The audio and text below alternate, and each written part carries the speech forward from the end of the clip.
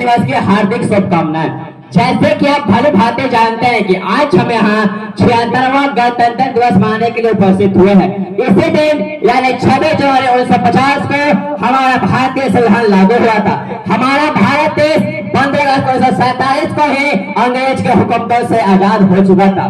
Each will know that today we are presented here celebrated to 76th Republic Day to Indian Constitution come into force.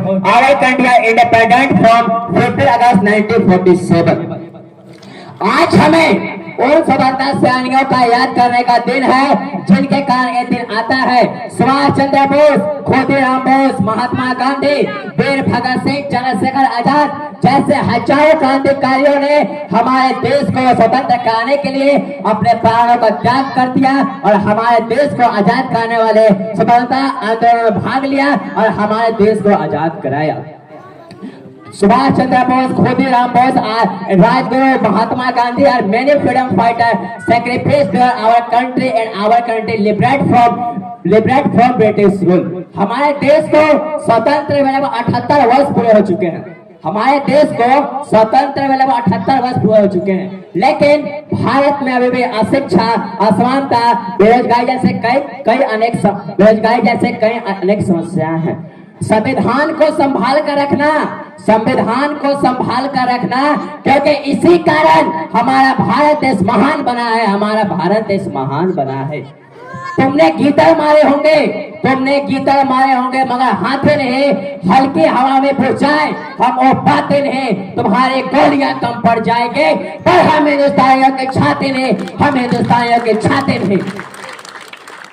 मैं आप सभी के बीच बताना चाहता हूँ कि शिक्षा वह उपकरण है जिसकी सहायता से आप अपने जीवन को साकार बना सकते हैं। I want to tell that education is must to education, the help of education you make your good life। शिक्षा प्राप्त करने का अर्थ IAS, IPS, PCS, डॉक्टर, वकील, टीचर बनना नहीं है। शिक्षा प्राप्त करने का अर्थ समाज में जिम्मेदार नागरिक बनना है। अगर आप समाज में जिम्मेदार नागरिक बनिएगा तो आप अपने समाज को, गांव को, घर को आगे बढ़ाइएगा।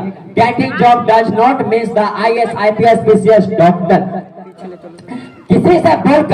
किसी से बोलकर बहस करने से अच्छा है, मैं बढ़िया बता रहा हूँ, किसी से बोलकर बहस करने से अच्छा है कि आप कामयाब होकर उसके मुंह पर तमाचा मारे। आप अपने गांव में देखते होंगे कि एक शिक्षित व्यक्ति और एक अशिक्षित व्यक्ति में कितना अंतर होता है। जो व्यक्ति पढ़ा लिखा होता है, जो व्यक्ति शिक्षित होता है, वो अपने दिमाग से जिंदगी भर पैसे कमाता है और ऐसे आराम से अपना जिंदगी व्यतीत करता है। और वह व्यक्ति जो पढ़ा लिखा नहीं है, उसे कुछ ज्ञान नहीं है, वह दिन रात मजदूरी करते करते 200-300 पर अपना जीवन खत्म कर देता है। Though people educate people are on from his mind, but educate people laborious for our life। शिक्षा एक ऐसा धन है जिसे कोई कभी चुरा नहीं सकता। शिक्षा एक ऐसा धन है जिसे कोई कभी बंटवारा नहीं हो सकता। अगर आपके पास सोना, चांदी, हीरा जवाहरात है तो उसे खो जाने या चोरी हो जाने का डर होता है, लेकिन अगर आपके पास शिक्षा है तो उसे कोई चुरा नहीं सकता।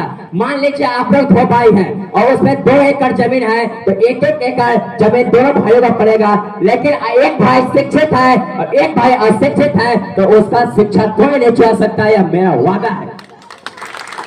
ना मुझे धन चाहिए, ना मुझे धन चाहिए, मुझे अमन से भरा वतन चाहिए। जब तक जिंदा हो इस मातृभूमि के लिए और जब मर जाऊं तो मुझे तिरंगे से लिपटा हुआ कफन चाहिए। और मैं अंतिम कड़ी में मैं उन विद्यार्थियों को कहना चाहता हूं जो आजकल दिन रात मोबाइल में डूबे हुए हैं, जो फेसबुक, इंस्टाग्राम, ट्विटर, रील्स बनाने में बिजी है। उन्हें लगता है कि हम दुनिया का सबसे बड़ा काम कर रहे हैं, लेकिन वे गलत है।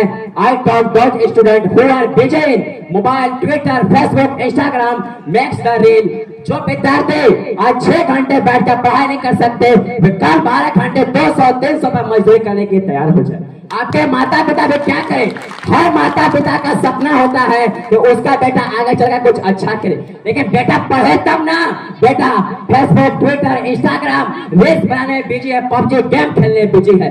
हर माता पिता का सपना होता है कि उसका बेटा आगे चलकर कुछ अच्छा करे, लेकिन माता पिता वे सख्त होते हैं जो हमें जन्म से लेकर हमारे मिट जाने तक हमारी चिंता करते हैं। माँ हमें 9 महीने पेट में रखती है, लेकिन पिता पूरे भविष्य हमारे अपने दिमाग में रखता है क्योंकि हमारे बेटे का भविष्य खराब न हो।